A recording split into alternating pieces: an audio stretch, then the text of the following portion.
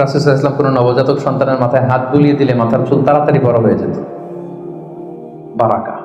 রাসূল সাল্লাল্লাহু আলাইহি ওয়াসাল্লাম হাত বুলিয়ে দিলেন, ওই হাত বুলানো চাদর আবু হুরায়রা রাদিয়াল্লাহু তাআলা আনহু গায়ে পড়লেন, আর ভুলে না কিছু, আর কিছু ভুলে না। অনেক ওরিয়েন্টালিস্টরা আবু হুরায়রা রাদিয়াল্লাহু তাআলা আনহুর এই হাদিস বর্ণনার ব্যাপারে সাসপিশন ছড়ায়, সন্দেহ ছড়ায় যে উনি এত হাদিস শুনলো কবে, একজন মানুষকে এত হাদিস কারো কাছ থেকে শুনে মনে রাখতে পারে নাকি? আপনারা আমার যত কথা শুনেন কয়টা মনে রাখতে পারবেন? তারা সন্দেহ ছড়ায় যে আবু হুরায়রা এগুলো নিজ থেকে মনে হয় বলেছে। আসলে না, কখনো না, নেভার। উনি রাসূল সাল্লাল্লাহু আলাইহি ওয়াসাল্লামের কাছ থেকে যেমনটি শুনেছে ঠিক তেমনটি বলেছে, এবং এটা হচ্ছে রাসূল সাল্লাল্লাহু আলাইহি ওয়াসাল্লামের দোয়ার বরকত। ওই যে চাদরে হাত বুলিয়ে দিয়েছে। তাহলে হাদিসের যে বর্ণনাকারী আবু হুরায়রা রাদিয়াল্লাহু তাআলা আনহু, ওনার ব্যাপারে একটা ছোটখাটো ধারণা পেয়ে গেলেন না আপনারা? এবার আমরা হাদিসে চলে যাই। আল্লাহ রাসূল সাল্লাল্লাহু আলাইহি ওয়াসাল্লাম বলেছেন, সাবআতুন ইউযিল্লুহুমুল্লাহু ফি যিল্লি ইয়াওমা লা যিল্লা ইল্লা যিল্লুহু। 7 শ্রেণীর ব্যক্তিকে আল্লাহ তাআলা আরশের নিচে ছায়া দিবেন, যেদিন আরশের ছায়া ছাড়া আর কোনো ছায়া থাকবে না। ইউযিল্লুহুমুল্লাহু ফি যিল্লিহি, আল্লাহ তাআলা সেদিন তার নিজের ছায়া দিবেন, বলতে উদ্দেশ্য হচ্ছে ফি যিল্লি আরশি, আল্লাহর আরশের ছায়ায় তিনি 7 শ্রেণীর ব্যক্তিকে সেদিন রাখবেন। আল্লাহর আরশের ব্যাপারে আপনারা শুনেছেন না যে আর রহমানু আলাল আরশি ইস্তাওয়া, আল্লাহ তাআলা আরশের উপর পজিশন নিয়েছেন। আল্লাহ তাআলার পজিশন কোথায়? আরশের উপর। আরশ হচ্ছে মহাবিশ্বের সব কিছুর উপরে এটার অবস্থান। আমরা খালি চোখে উপরে কি দেখি? আকাশ। আসলে আমরা আকাশ দেখি না, এটা দেখি মহাশূন্য, স্পেস। প্রথম আকাশ যে কত বড় তার কোনো হিসাব নাই। এই যে পৃথিবী থেকে সূর্য 13 লক্ষ গুণ বড়, পুরো পৃথিবীটাই তো আমাদের দেখার সুযোগ হয়নি। এই পৃথিবীর চেয়ে নাকি এবার সূর্য কয় গুণ বড়? কেন ইমাজিন দ্যাট? 13 লক্ষ গুণ বড়। সূর্যের চেয়ে এরকম কোটি কোটি গুণ বড় তারা আছে। এরকম বিলিয়ন বিলিয়ন তারা নিয়ে আমাদের গ্যালাক্সির নাম হচ্ছে মিল্কি ওয়ে। এটার পরে আরেকটা গ্যালাক্সি সবচেয়ে কাছের অ্যান্ড্রোমেডা, ওটা আরো বড়। ওইখানে বিলিয়ন বিলিয়ন ট্রিলিয়ন গ্যালাক্সি। এরকম প্রত্যেকটা গ্যালাক্সি ঘুরছে, প্রত্যেকটা তারা তাওয়াফ করছে মহাশূন্যে। এরকম হাজার কোটি তারা নিয়ে আমাদের প্রথম আকাশের মহাশূন্য। প্রথম আকাশ কিন্তু অনেক উপরে। এই যে নাসার বিজ্ঞানীরা, অমুক বিজ্ঞানীরা রকেট দিয়ে এখানে যায় ওখানে যায়, এরা প্রথম আকাশের 1 কোটি ভাগের 1 ভাগও এখন অর্জন করতে পারে। ওই প্রথম আকাশের পরে হচ্ছে দ্বিতীয় আকাশ। ওই দ্বিতীয় আকাশের তুলনায় প্রথম আকাশটা কত ছোট শুনেন। আপনার হাতের আংটি যদি আপনি বিশাল মাঠের মধ্যে ছেড়ে দেন, একটা মরুভূমির মধ্যে ফেলে দেন, পুরো মাঠের তুলনায় হাতের আংটি যত ছোট, আল্লাহর দ্বিতীয় আসমানের তুলনায় আল্লাহর প্রথম আসমানটা ঠিক তত ছোট। দ্বিতীয় আসমান আরো বড়, তৃতীয়টা আরো বড়। যত উপরে ঊর্ধ্বাকাশের যত কাহিনী একটার চেয়ে একটা বড়, এরকম 7টা আকাশ। তার উপরে সিদরাতুল মুনতাহা, বর্ডার এরিয়া। তার উপরে লা জামান লা মাকান, ওইখানে সময়ের হিসাব নাই, স্পেস নাই, সময় নাই। কারণ আল্লাহরের সময় দিয়ে বাঁধা যায়? আমাদের জন্য বসতে জায়গা লাগে। আল্লাহর পজিশন নিতে কি জায়গার প্রসঙ্গটা আসে না? কারণ লাইসা কামিসলিহি শাই, উনি কারো মতো না, উনি উনার মতো। ওয়ালাম ইয়াকুল্লাহু কুফুয়ান আহাদ, তার মতো কেউ নাই। তো তিনি কার মতো? তিনি তার মতো। তার মতো কেউ নাই, তো তিনি কার মতো? তিনি তার মতো। তার উপরে হচ্ছে আল্লাহর কুরসি, তার উপরে আল্লাহর আরশ, সেখানে আল্লাহর পর্দা। এই পর্দার পেছনে আল্লাহ তাআলার সত্তা। আমাদের বাড়ির পর্দাগুলো কি দিয়ে তৈরি বলেন তো? কাপড় দিয়ে। আল্লাহর পর্দাগুলো আলো দিয়ে তৈরি, নূরের পর্দা। পর্দাটাই আলো। এজন্য সাহাবারা জিজ্ঞেস করেছিলেন, ইয়া রাসূলুল্লাহ হাল রাআইতা রাব্বাক, আপনি কি মেরাজের রাতে আপনার রবকে দেখেছিলেন? রাসূল সাল্লাল্লাহু আলাইহি ওয়াসাল্লাম বলেছিলেন, নূরুন আন্না আরাহু, উনি তো নূর, আলোর পর্দা, চোখ ঝলসে যাওয়ার মতো অবস্থা, আমি কিভাবে দেখব? তার মানে সরাসরি দেখেননি। আল্লাহ তাআলার সাথে সিক্রেট মিটিং হয়েছিল, কনভারসেশন হয়েছিল, কথাবার্তা হয়েছিল। তার উপরে হচ্ছে আরশ। ওই আরশের ছায়ার নিচে কিয়ামতের ময়দানে আল্লাহ তাআলা 7 শ্রেণীর ব্যক্তিকে স্থান দিবেন। কয় শ্রেণীর? 7 শ্রেণীর ব্যক্তিকে স্থান দিবেন, যে দিনটা হবে 50 আলফা সানাহ মিম্মা তা'উদ্দুন, 50,000 বছরের সমান একটা দিন, কিয়ামতের দিন। 50,000 বছর। মানুষগুলো সব হয়রান হয়ে যাবে। ইউহশারুন নাসু ইয়াউমাল কিয়ামাতি হুফাতান উরাতান মুশাতান গুরলা। রাসূল সাল্লাল্লাহু আলাইহি ওয়াসাল্লাম বললেন, প্রতিটি মানুষ হুফাত, কারো পায়ে জুতা নেই। আমাদের প্রত্যেকের জুতা আছে না আজকে? সেদিন জুতা থাকবে না। উরাতান, নেকেড, উলঙ্গ। গাড়ি নাই, কিছু নাই, ঘোড়া নাই। গুরলা, জন্মদিনের পোশাকে সবাই পাগলের মতো। আম্মা জান আয়েশা বললেন, ইয়া রাসূল, এটা কেমন কথা? কারো গায়ে যদি ড্রেস না থাকে তো সবাই লজ্জা পাবে না? একে অন্যকে দেখে হাসাহাসি করবে না? আল্লাহ রাসূল সাল্লাল্লাহু আলাইহি ওয়াসাল্লাম বললেন, লিকুল্লি ইমরিইম মিনহুম ইয়াওমা ইদিন শাআনু ইউগনি। আয়েশা, সেদিনটা এত ভয়ঙ্কর হবে যে অন্যের কি অবস্থা এটা চিন্তা করতেই সে ভুলে যাবে। নিজের অবস্থা নিয়ে এত পেরেশানিতে সে থাকবে, ঘর্মাক্ত, ক্লান্ত, শ্রান্ত, পেরেশান। সূর্যটা একেবারে মাথার কাছে চলে আসবে, সূর্যের তাপে মাথার মগজগুলো গলে নাকের ছিদ্র, কানের ছিদ্র দিয়ে বেয়ে বেয়ে পড়বে, জিহ্বাটা কুকুরের মতো বেরিয়ে আসবে সামনের দিকে। মানুষ হাঁপাতে থাকবে, দৌড়াতে থাকবে, ক্লান্ত শ্রান্ত, কেউ কাউকে চেনে না। ইয়াউমা ইয়াফিরুল মারউ মিন আখিহি ওয়া উম্মিহি ওয়া আবিহি ওয়া সাহিবাতিহি ওয়া বানিহি। ভাই ভাইকে চিনবে না, পরিচয় দিবে না। মা ছেলেকে দেখে পরিচয় দিবে না, বন্ধু বন্ধুকে দেখে পরিচয় দিবে না। সবাই ইয়া নাফসি ইয়া নাফসি। ওই ভয়ঙ্কর দিনে আল্লাহ তাআলা 7 শ্রেণীর লোককে তার আরশের নিচে ছায়া দিবেন। আমরা কি চাই না যে আমরা ওই 7 শ্রেণীর অন্তর্ভুক্ত হই? আমরা আল্লাহ তাআলার কাছে কামনা করি আমরাও যেন সেই 7 শ্রেণীর অন্তর্ভুক্ত হয়ে সে ভয়ঙ্কর দিনে আল্লাহ তাআলার আরশের নিচে ছায়া পেতে পারি। আরো জোরে আমরা সবাই পড়ি আমিন। ওই 7 শ্রেণীর ব্যক্তিদের মধ্যে প্রথম শ্রেণী হচ্ছে ইমামুন আদিল, ন্যায়পরায়ণ শাসক, the just ruler, the just king.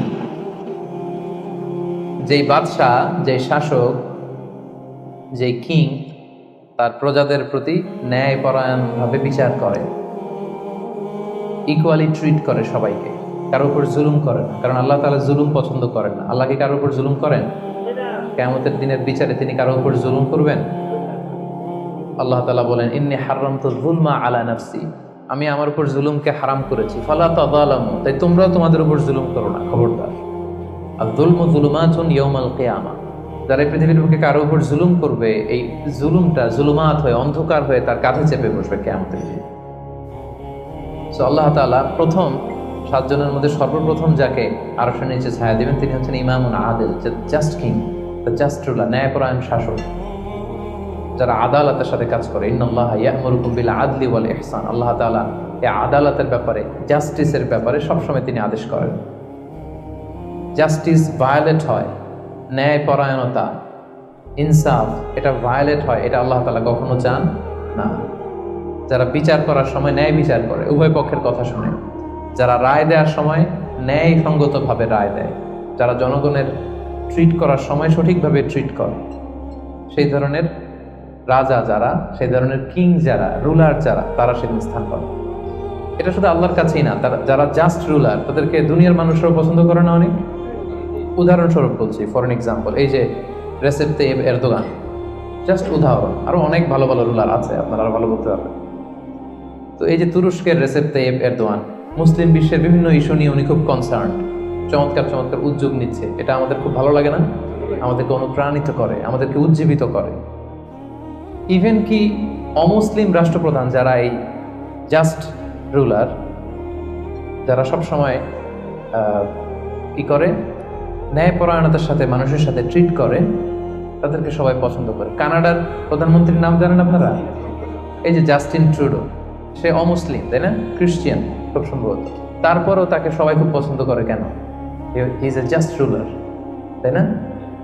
জনগণের প্রতি সে ন্যায়পরায়ণ, একজন ন্যায়পরায়ণ রাষ্ট্রনায়ক সে। সো ইমামুন আদিল, প্রথম শ্রেণী হচ্ছে এমন শাসক যে হচ্ছে ন্যায়পরায়ণ, যার কাছে কেউ বিচার চাইলে সে মাজলুম হয় না, তার জনগণের প্রতি যে দায় দায়িত্ব এটা সে সঠিকভাবে পালন করে। বিচার করার সময়, রায় দেওয়ার সময় সে উল্টাপাল্টা রায় দেয় না, আদালতের সাথে সবাইকে এক চোখে দেখে। এই ব্যক্তিকে সেদিন আল্লাহ তাআলা আরশের নিচে ছায়া দেবে। এই পয়েন্টটা সবার কাছে ক্লিয়ার না? ইমামুন আদিল।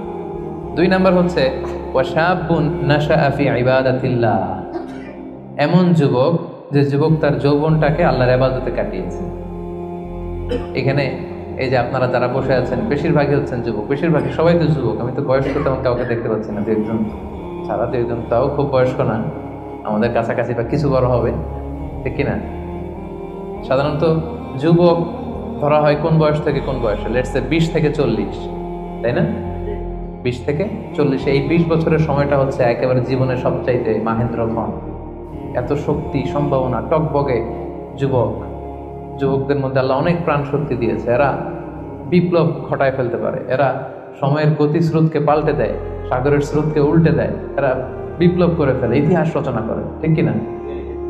এই যুবক তার যৌবনের মোক্ষম সময়টা অন্যায় করে কাটায় না, আজে বাজে কাজ করে কাটায় না, জুলুম করে কাটায় না, দুর্নীতি করে কাটায় না, টেন্ডারবাজি, চাঁদাবাজি, মিথ্যা, খারাপ কাজ, কোন এই ধরনের কাজের সাথে নিজেকে জড়িত রাখে না, বরং নাশা ফি ইবাদাতিল্লাহ, আল্লাহর ইবাদতে সে তার জীবনটাকে কাটায়। এজন্য যৌবনের এই সময়টা প্রিয় ভাইরা অনেক দামি, এটা বেশি দিন থাকবে না। রং ধরা যৌবন জং ধরে নাই, শেষ। এই দেখতে দেখতে ছোট্ট কিশোর হয়ে পৃথিবীতে এসেছিলেন, শিশু ছিলেন, কিশোর, তারপর এখন যুবক, কিছুদিন পরে বিয়ে করে থাকলে দেখবেন যে আল্লাহ ঘরে মেহমান পাঠিয়ে দিলে বাবা হয়ে গেছে। কিছুদিন পরে মেয়েটার বিয়ে দিলে এরপর কি হয়ে যাবেন? শ্বশুর হয়ে যাবেন, এরপরে নানা হয়ে যাবেন, দাদা হয়ে যাবেন। এই তো জীবন, this is the circle of life. রং ধরা যৌবন জং ধরে শেষ, এটা থাকে না খুব বেশি দিন। এই জন্য এই যৌবনের এই সময়টাকে যারা আল্লাহর ইবাদতে তারা কাটিয়েছে, তাদেরকে আল্লাহ তাআলা আরশের নিচে ছায়া দিবেন। নাশা ফি ইবাদাতিল্লাহ। এবং যৌবনের ইবাদতকে আল্লাহ তাআলা খুব বেশি পছন্দ করেন। ইবাদতটা অনেক ব্রড সেন্সে যদি আপনি চিন্তা করেন, অনেকে মনে করে যে শুধু নামাজ পড়া, শুধু রোজা রাখা, শুধু জিকির করা, এটাই ইবাদত। আসলে ব্যাপারটা কিন্তু এমন নয়।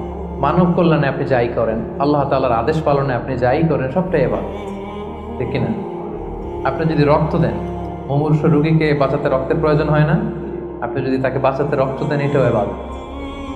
আপনি পরিবেশকে সুন্দর রাখার জন্য গাছ লাগালেন, এটাও ইবাদত। আপনি একজন মানুষ বিপদে পড়েছে, it doesn't know what to do, আপনি তাকে কনসালটেশন করলেন, কিছু সুন্দর পরামর্শ দিলেন, গাইড করলেন যে এইটা ভুল, এইভাবে করো, এই যে আপনি টাইম ব্যয় করলেন, কনসালটেশন দিলেন, এটা ইবাদত। অনেকে মনে করে যে শুধু তাসবিহ, জিকির, কোরআন তেলাওয়াত এগুলোই মনে হয় ইবাদত। না, যে পথেই আল্লাহর সন্তুষ্টি, যে কাজ করলে আল্লাহ তাআলা সন্তুষ্ট হন, এই সবগুলো কাজই কিন্তু ইবাদত। তাই যৌবনের এই মোক্ষম সময়টাতে আল্লাহ তাআলার ইবাদত করে আমাদেরকে কাটাতে হবে। আমা খালাকতুল জিন্না ওয়াল ইনসা ইল্লা লিয়াবুদুন। আমি মানব জাতি আর জিন জাতিকে কেবলই সৃষ্টি করেছি আমার ইবাদতের জন্য। এই জন্য এই বয়সের, আপনাদের এই বয়সের অফিসে খুব ব্যস্ততা, এখানে খুব ব্যস্ততা, এরপরেও যে একটু কষ্ট করে নামাজটা পড়েন, হ্যাঁ, এরপরেও যে জামাতে আসেন, এরপরেও আপনি সুন্নাহ মোতাবেক চলতে যাচ্ছেন, দাড়ি রাখছেন, এটা অনেক বড় ইবাদত।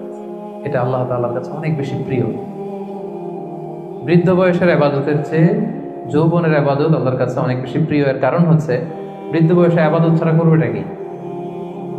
ইবাদত ছাড়া তো সময়ই কাটে না, কারণ ঘরে আর কথা শোনার কেউ নাই, কেউ সময় দেয় না, রাতে ঘুম আসে না, 3টার দিকে ঘুম ভেঙে যায়। বাংলাদেশের কথা যদি বলি, দেখবেন যে মুরব্বীরা 3টা-4টার পরে নাকি ওনাদের ঘুমিয়ে আসে। তো অজু করে ইমাম সাহেবের 1 ঘন্টা আগে আসে মসজিদে ফজর পড়তে। ইমাম সাহেব দেরি করলো কেন, মুয়াজ্জিন দেরি করলো কেন, ওনারা এটা বলে, কারণ ওই যে ঘুম আসে না, কি করবে? তখন তার ইবাদত করা ছাড়া সময়ই কাটে না। ওই ইবাদত আল্লাহর কাছে ততটা প্রিয় নয় যতটা প্রিয় হচ্ছে একজন যুবকের ইবাদত, ঠিক কিনা? আপনি যৌবন কালে যদি আল্লাহ তাআলা দাসত্ব করতে পারেন, ইবাদত করতে পারেন, আপনার বার্ধক্যে উপনীত হওয়ার পরে ইবাদত করতে না পারলেও আল্লাহ তাআলা ইবাদত দিয়ে আপনার আমলনামা পূর্ণ করে দিবে।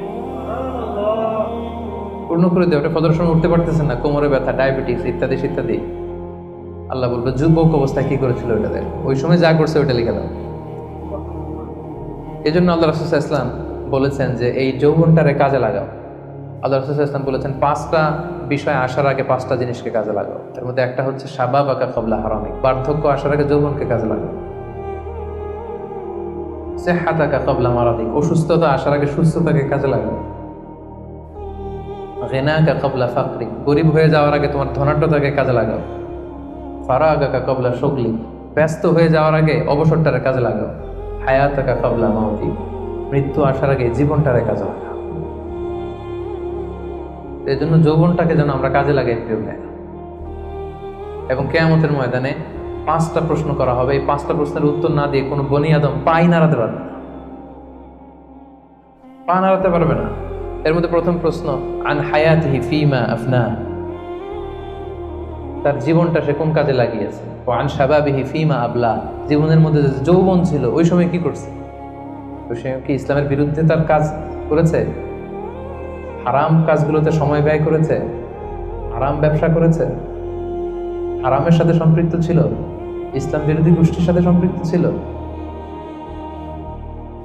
আপনাকে জিজ্ঞেস করা হবে যে যৌবনের সময়টা আপনি কি কাজে লাগিয়েছেন, নাকি ইসলামের পক্ষে ছিল, যা করেছে ইসলামের পক্ষে কাজে লেগেছে, সম্পদ কোত্থেকে উপার্জন করেছে, কোথায় ব্যয় করেছে, যতটুকু জেনেছে ততটুকু মেনেছে কিনা। এই 5টা প্রশ্নের উত্তর দেওয়ার আগে বনি আদম কিয়ামতের ময়দানে পাই নাড়াতে পারবে না। এজন্য দ্বিতীয় শ্রেণী হচ্ছে ওয়াশাবুন নাশাআ ফি ইবাদাতিল্লাহ, এমন যুবক যে তার যৌবনকে আল্লাহর ইবাদতে কাজে লাগিয়েছে। এজন্য যৌবনটাকে যেন আমরা কাজে লাগাই। মনে থাকবে সবার, সবাই কিন্তু আপনারা যুবক, এই সময়টা পাবো না, আমরা মিস করবো কিছুদিন পরে। এই যে কুচকুচে কালো দাড়ি, আপনার কি মনে হয় আজীবনে কালোই থাকবে? তাহলে আমাদের দাদার গুলা সাদা করলো কে, নানার গুলা সাদা করলো কে? ওই বয়সে যাওয়ার পরে এই কুচকুচে দাড়ি, কালো দাড়ি, কালো চুল, এগুলো কি হয়ে যাবে? সাদা হয়ে যাবে।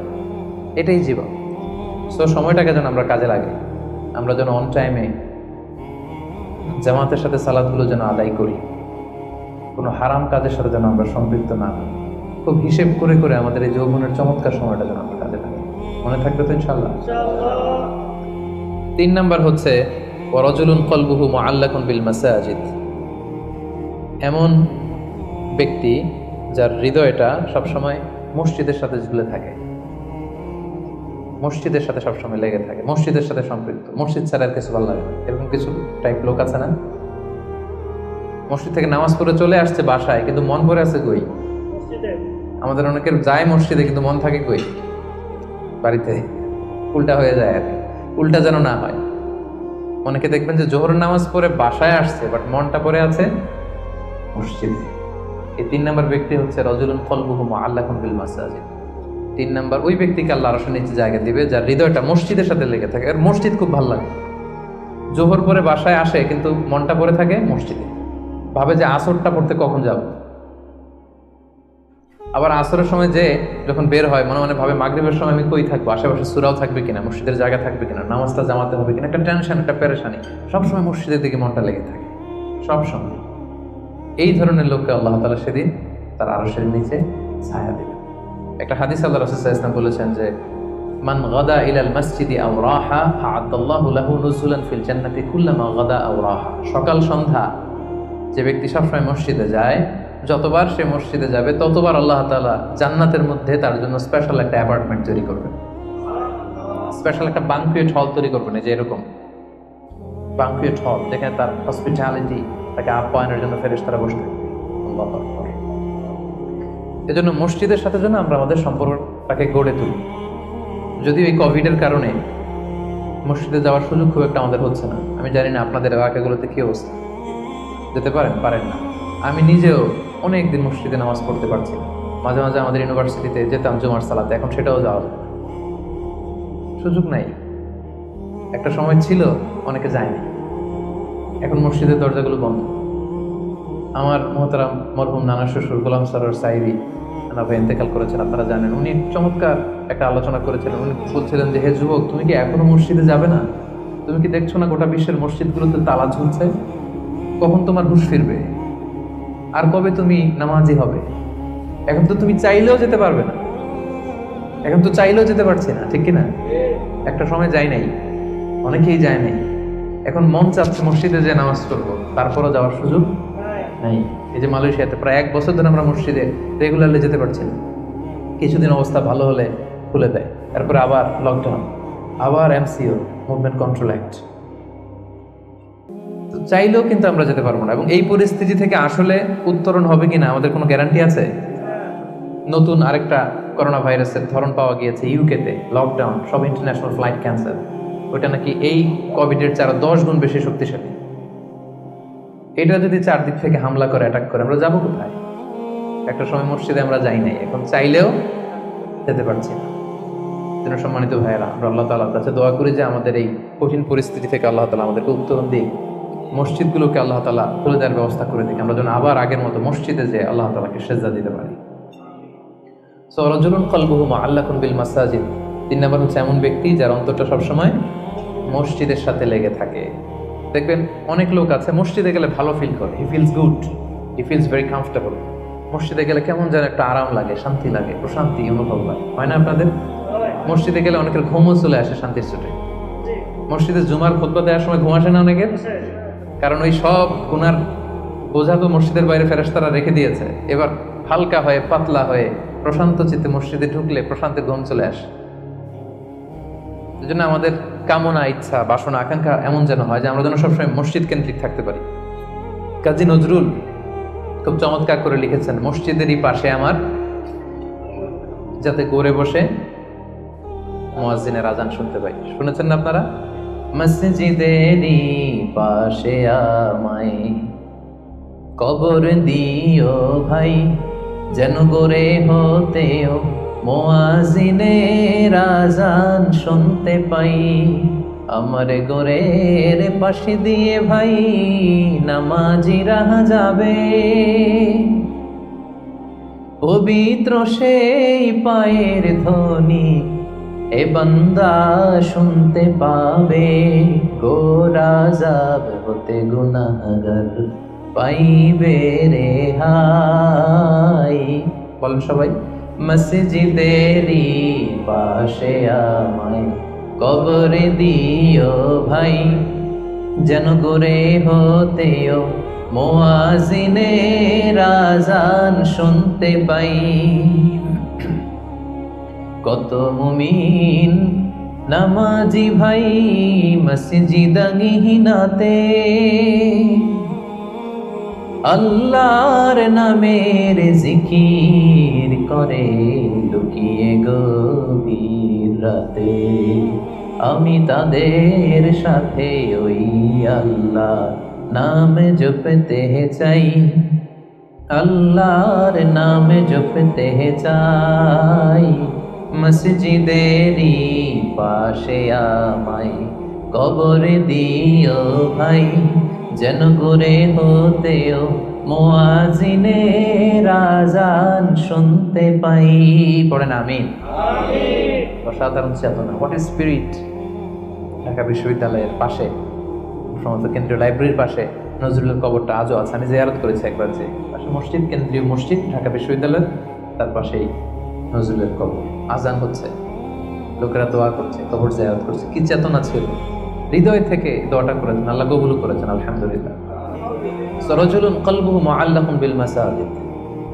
3 নম্বর ব্যক্তি হচ্ছে যার হৃদয়টা সবসময় মসজিদের সাথে ঝুলে থাকে, সালাতের সাথে ঝুলে থাকে, সিজদার সাথে ঝুলে থাকে। মসজিদের সাথে সম্পর্ক আমরা বাড়াবো তো এখন থেকে, ইনশাআল্লাহ। রাজি আছেন সবাই? ইনশাআল্লাহ। আচ্ছা, চতুর্থ শ্রেণী হচ্ছে রাজুলানি তাহাব্বা ফিল্লাহ ইজতামা আলাইহি ওয়া তাফাররাকা আলাইহি।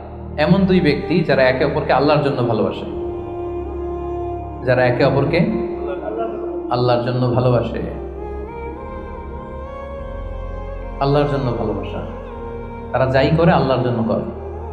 আমরা একে অপরের সাথে দেখা হলে বলি না, ভাই উহিব্বুকা ফিল্লাহ, আপনাকে আমি আল্লাহর জন্য ভালোবাসি, বলি না?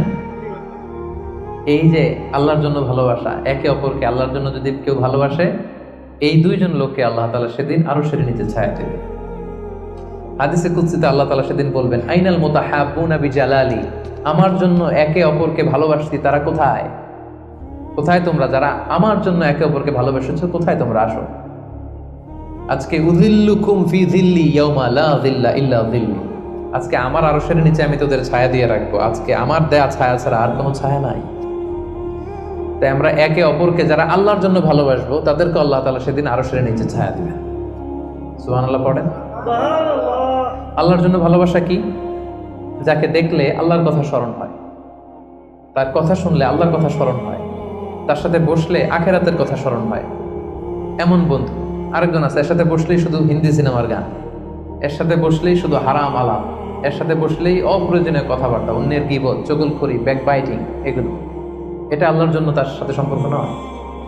তার সাথে সম্পর্কটা আমার আল্লাহর জন্য, আল্লাহ তাআলার কারণে আমি তাকে ভালোবাসি, কারণ সে আল্লাহর বান্দা, সে আল্লাহর প্রিয় বান্দা, সে আল্লাহর আদেশগুলো মেনে চলে। তাহলে একে অপরের ভালোবাসা হবে কার জন্য? আল্লাহর জন্য। ইজতামা আলাইহি, এই ভালোবাসা নিয়েই তারা পৃথিবীতে একত্রিত হয়। ওয়া তাফাররাকা আলাইহি, এবং আল্লাহর উপর ভালোবাসা অবশিষ্ট রেখেই তারা পৃথিবী ত্যাগ করে। এই ধরনের লোককে আল্লাহ তাআলা সেদিন আরশের নিচে ছায়া দিবেন। যেন আমাদের সব কাজগুলো যেন প্রিয় ভাই একমাত্র আল্লাহর খুশির জন্য, দুনিয়ার লোভের জন্য, দুনিয়ার স্বার্থের জন্য কোনো কাজ করা যাবে না। আপনি যদি দুনিয়ার স্বার্থের জন্য কোনো কাজ না করে শুধু আল্লাহর খুশির জন্য করেন, দুনিয়ার স্বার্থ এমনি উদ্ধার হয়ে যাবে, আই গ্যারান্টি। আপনি কয়েকদিন প্র্যাকটিস করে দেখেন যে যেটাই করব আমার আল্লাহ এই কাজে সন্তুষ্ট কিনা, এটা আপনি দেখে করেন, দেখবেন দুনিয়ার সবকিছু আপনার হাতের মুঠোয় চলে আসবে। ওটা দুনিয়াটা আপনার হাতের মুঠোয় আসবে যদি আল্লাহকে আপনি এইখানে স্থান দেন। আর দুনিয়াটারে এখানে স্থান দিলে গোটা দুনিয়া আপনাকে অপমান করে ছাড়বে, ঠিক কিনা? এজন্য আমাদের ভালোবাসা যেন হয় শুধু কার জন্য?